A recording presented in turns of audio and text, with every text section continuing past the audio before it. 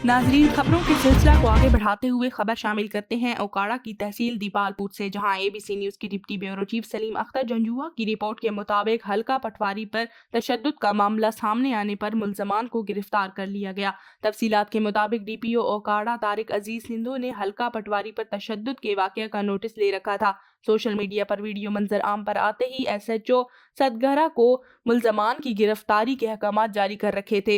मुल्जमान ने पटवारी का रास्ता रोककर संगीन नताइज की धमकियां दी। रियाजुल हक की मदईयत में मुकदमा दर्ज। थाना सतघरा पुलिस ने मुल्जमान शहरियार, गुलजार और बाबर को गिरफ्तार कर लिया और हवालात में बंद करके कार्रवाई का आगाज कर दिया।